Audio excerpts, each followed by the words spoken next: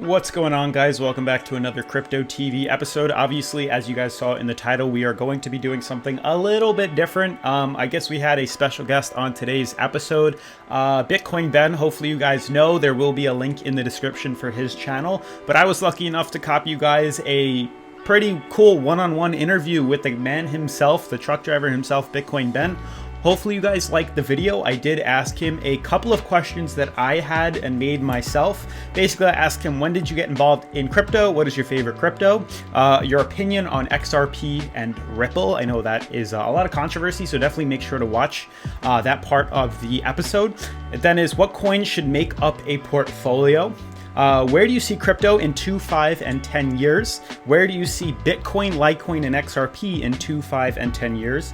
Then we had, what is your message? What is your goal that you're trying to bring? And then we have, what do you have to say to the people who don't believe in your message or don't agree with cryptocurrency? And then finally, the last question was, do you think the 2017 Bitcoin bull run and the Bitcoin, correction or crash or bubble was based on the media, and what is your opinion on that? So those are the questions that will be in today's episode. So hopefully you guys enjoy it. Let me know in the comments. Make sure to subscribe and turn on post notifications if you want to see more videos like this. Leave a giant thumbs up. This way I know you like the content, and let's get on with today's episode.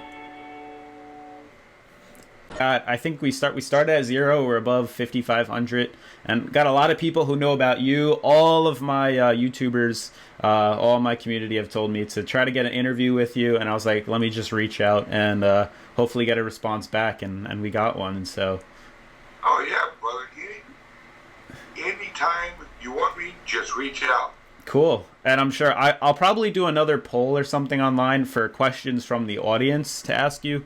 And then, but I have some personal ones, nothing too in depth, but just some general ones that I made up that I wanted to ask you. So, did you want to ask me anything, or do you want to just get right into it?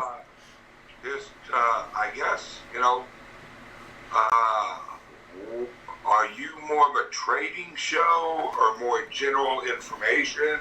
So we do a little bit of both. I try to get more of an audience. I try to do everything. I know crypto is a small niche already, so I like to do technical analysis. I give my own twist to technical analysis, and then I try to influence a lot of current events within the market too, because I know a lot of people are interested with that too. So I try to incorporate a little bit of everything. And then I've also tried just personally to build the channel to incorporate more of my personal life into it too, so we can build more of an audience to really grow it. And a lot of people seem to be acting quite well to that, and we've been gaining 30 to 40 subs a day just from incorporating that too. So it's pretty cool. But to cop an interview with you is pretty cool. Oh, well, thank you very much. Like I said, actually my goal is just to get as many people involved as possible. Mm-hmm. Because this is the future. We all know it, and I want this revolution to include and have as many little people involved as possible. Very true. This is the very first chance for the little guy to get involved before really the bigger players actually get involved. And right now with ICE, the Intercontinental Exchange and all that, the New York Stock Exchange and all of them are just now actually getting into it. Mm-hmm. And so us early adopters and whoever really gets in right now will reap the rewards of the explosion of the history that I see over like the next like 2 or 3 years. So going off of that, when I started my channel and started to build the analytics in the my side of my YouTube channel, I've noticed that there's an interesting gap between who is actually interested in cryptocurrency. I feel like I'm quite young. I'm only 20 that's involved in it, and I've kind of influenced a lot of my friends here at college about crypto, and I'm spreading the word like that, like Litecoin and all that stuff, you know, pay with Litecoin. But I've noticed that the people that watch me specifically on YouTube that at least can understand it are all adults. They're all between like 30 and up to like 60 years old. Why do you think specifically adults are getting more involved with it than like millennials my age and stuff? Specifically because young people don't typically look at this like area of the world. You know, they may have a credit card, but they probably don't know the ramifications and the importance of paying it off every month, not actually paying just the minimum. Mm-hmm. You know, it isn't that younger people wouldn't have an interest in it. It's just, I think that their lives are already so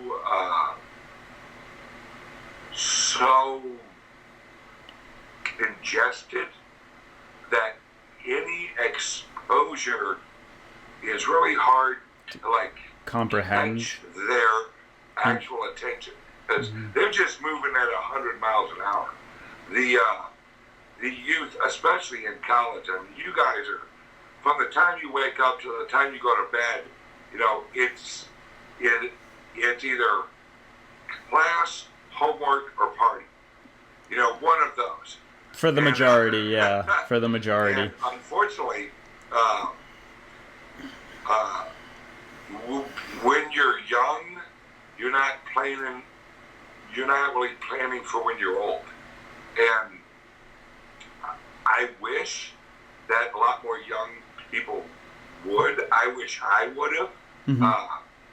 But in hindsight, you really gotta reach a point in your life where you have enough to lose in order to really actually focus your mind on what you have. Mm-hmm. You know, because whenever you're in college, you have like a laptop and a car. You know, you're like, okay, this is what I own. That's and, all I got. Whereas as you get older, you have home ownership, and once you're really in the workforce, and you're looking at your 401k, and you're like, okay, well, let me call up my dad, or let me call up somebody who knows what the hell a 401k is. Yeah. Oh, you really have to reach an age where you are worried about your future more than you're worried about your now. Okay. Very true. So let's start with some like general questions too to go off that. So I'm sure a lot of people are new to like crypto and maybe don't even know who you and I are. So when did you get involved in crypto, and what is like your favorite cryptocurrency? Is it as obvious as Bitcoin, or is there something else that not many people know? I originally learned, or I had heard of it earlier, but like a lot of people, weren't smart enough to get involved really early days. I've actually been in it about 2 years now, and I have been making videos for about a year and a half, maybe a little over that, and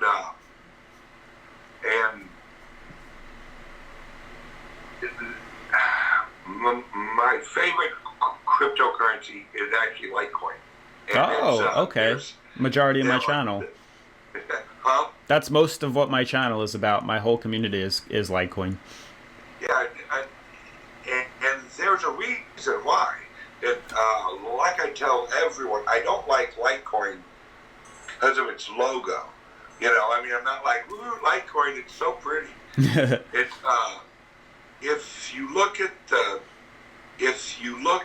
ecosystem as a whole, The community, yeah.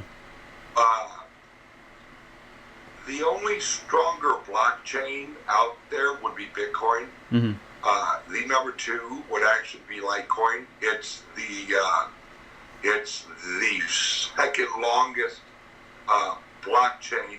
It's never ever went down.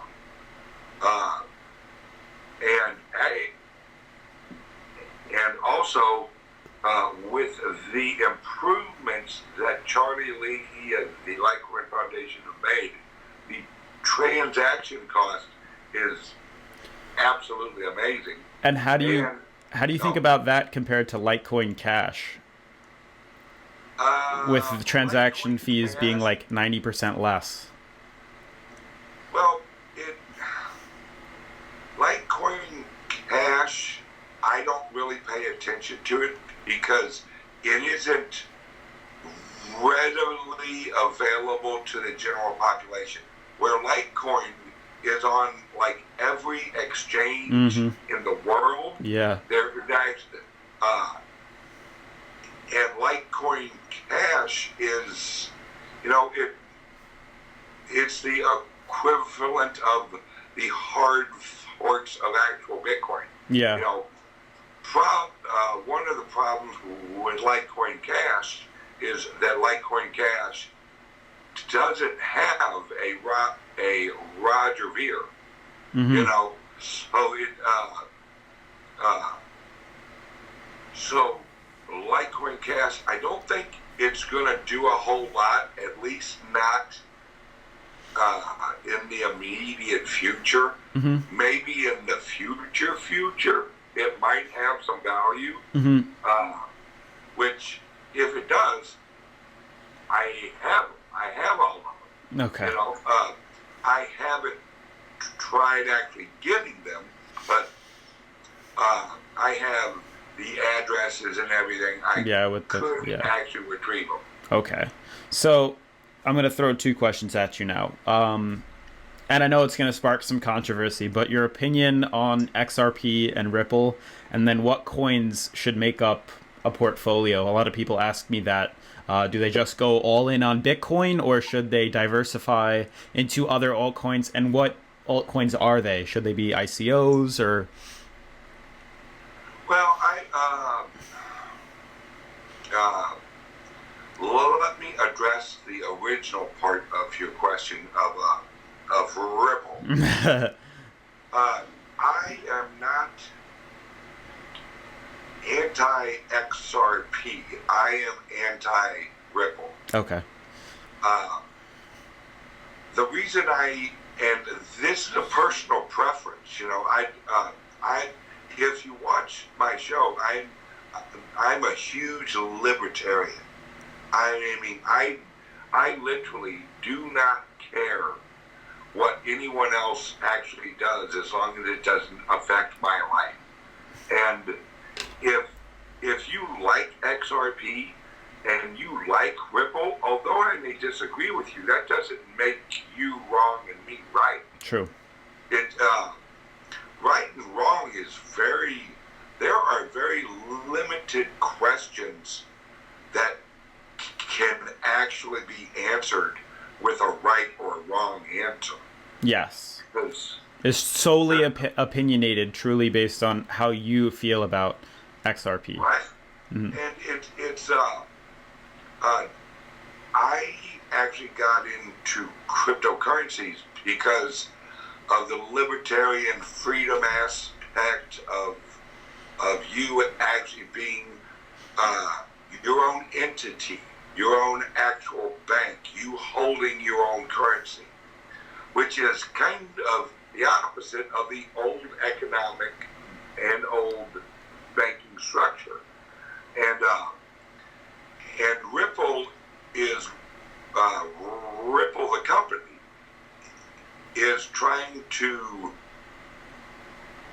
evolve the old system into the new cryptocurrency world, well, I don't like the old system, because the old system was not and is not actually based on freedom. Mm-hmm. And cryptocurrencies were invented to get away from Centralization. Someone else In charge.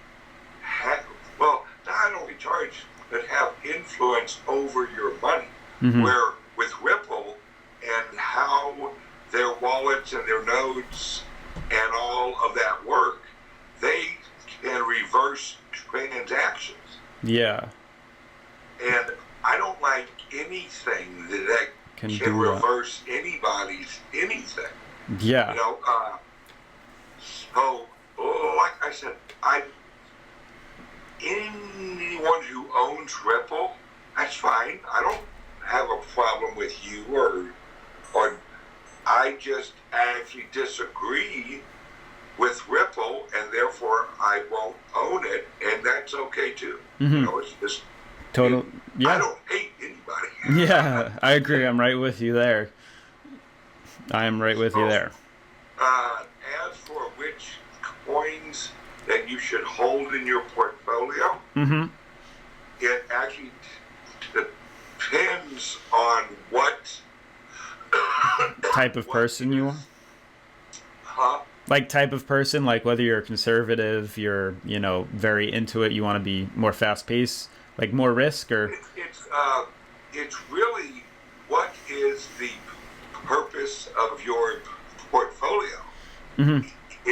Is it strictly to actually gain U.S.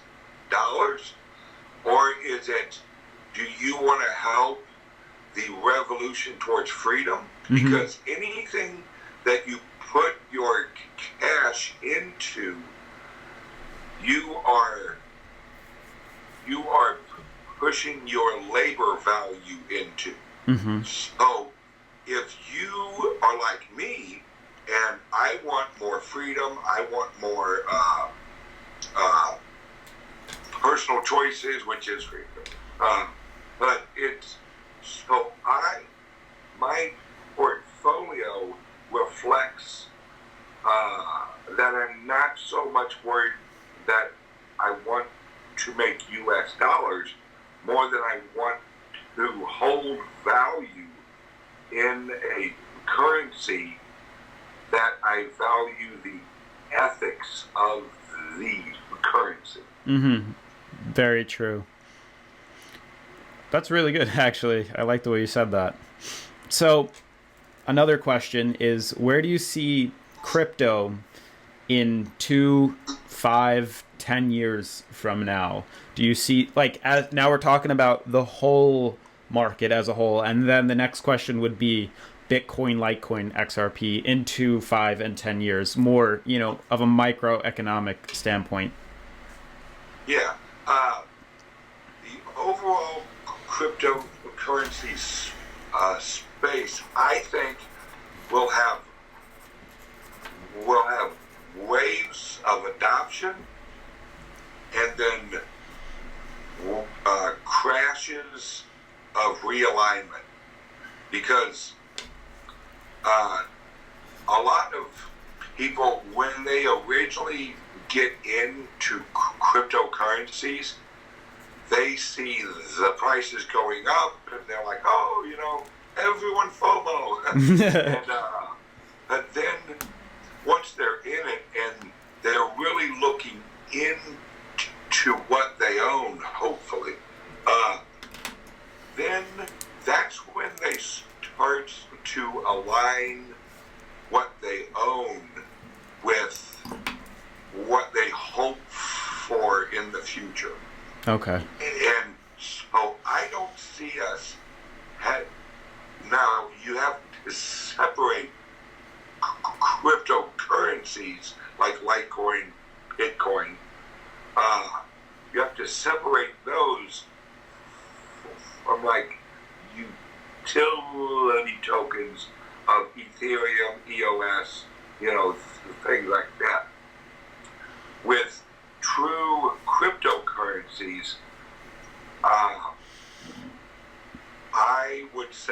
there's only a few of them really. There's Litecoin, obviously. There's actually Bitcoin. Mm-hmm. There's also actually Bitcoin Cash. Mm-hmm. I don't care which one, the ABC or the DBG or whatever. And now there's SV or something. Right. Yeah. You know, that seems like they're arguing over. They're arguing over the shit that like no one else who likes actual Bitcoin wanted. Okay. You know. Mm-hmm. So, but as for utility tokens, I'd say that the leaders over the next 2 to 3 years will probably be Ethereum number one. Okay. Then probably Cardona. Okay. Then probably EOS, if EOS corrects not only some personnel problems, but also some structural problems that I think are going to hamper their advancement. Okay. So do you think, I just thought of this question off the right now, do you think the end of like 2017 when we saw that massive spike, I remember I was sitting in class, in my English class, and I literally watched Bitcoin on my phone instead of paying attention to the teacher go from 15,000 to 20,000 within 30 minutes, and I was like, holy crap, and I was trying to sell as much as I could, and Coinbase was crashing on me, and I was like, oh my god, like the exchange are flooded, like what do I do? Do you think, well, obviously we know that was retail investors and the media blowing it out of proportion. Do you think the other side to that, us coming down, this massive downtrend that we've been in, you know, this massive bear market, like, first off, are we over? Are we done with it? And do you think that the reason we're coming down now is from weak hands and from the media? Do you think now that the media is talking a lot of nonsense about crypto is why it's pulling back down too at such a rapid rate? As people are scared. How I look at it, I don't really look at price anymore. I used to, and that just drove me absolutely crazy, because, and then I started to realize, all right, why am I in it? And I looked at it a completely different way, and I think that this correction, everyone wants to actually call it a crash. I wouldn't call it a crash. I would actually call it a gradual correction. Which, yeah. There was so much energy in it last December. You know, exactly like you said, it went up like it had rockets on it. Yeah. And then I think that some of the OGs like Charlie Lee and everyone were like, okay, well, we've seen this before. Y'all might want to kind of calm down a little bit. And going off of that too, a huge question that has been asked on my channel, directed at me and everyone else, and they always throw this card, is Charlie Lee knew about this. He knew that it was going to go up this high. That's why he sold at the tippy top. Whether that was just a weird correlation that he did and right after it came down, others know that he's selling to show that he's not a part of it and that he has full trust in this without owning any. And do you think he'll buy back? Charlie Lee, and I've actually talked to him, he had no idea that that's what I thought. That it would run. Hell, none of us did.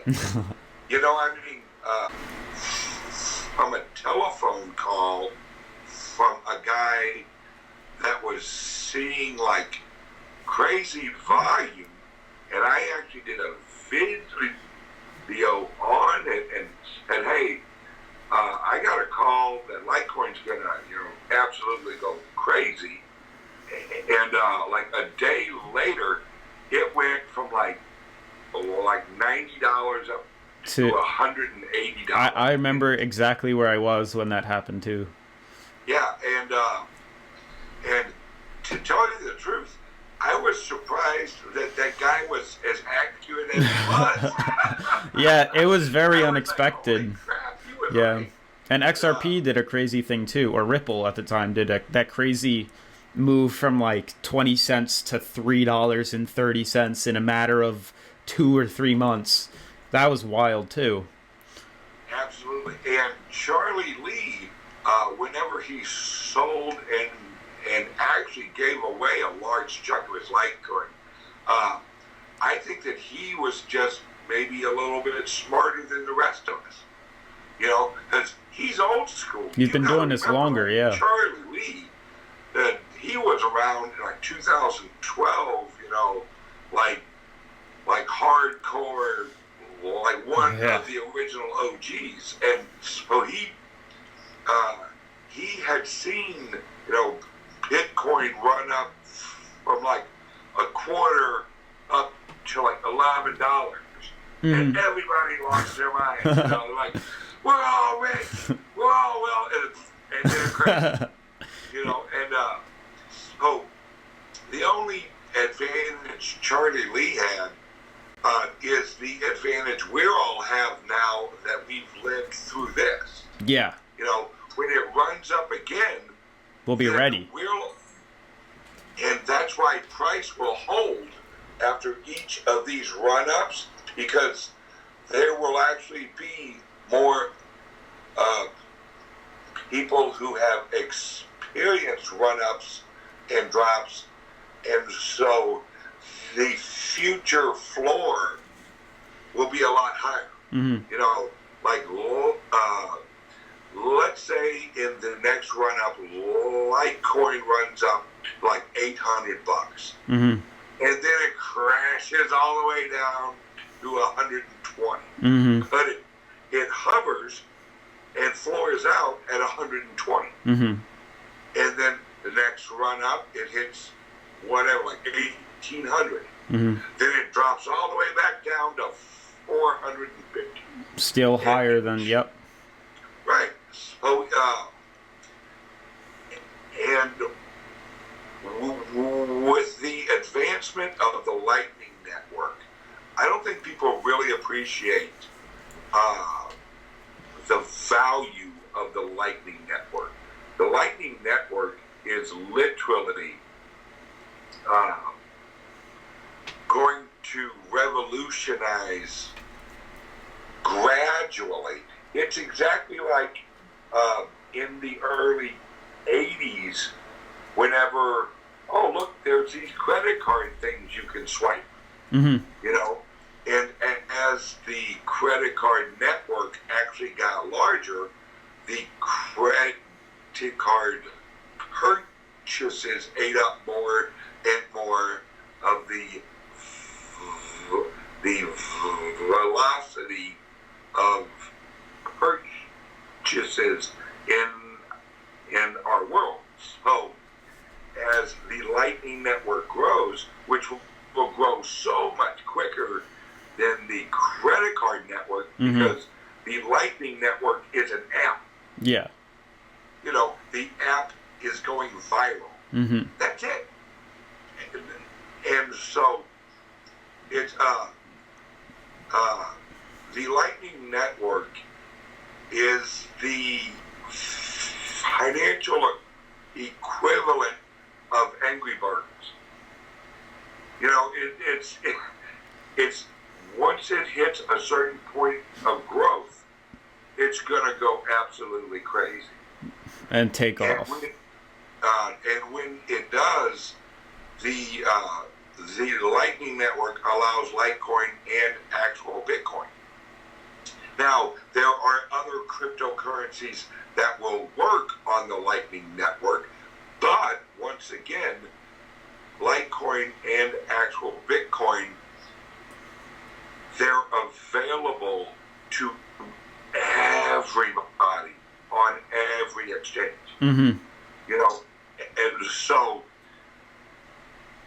that's what will make Litecoin, because even on the Lightning Network, everyone says, well, the Lightning Network with Bitcoin, that makes the price of exchanging Bitcoin less, which then why do you need Litecoin?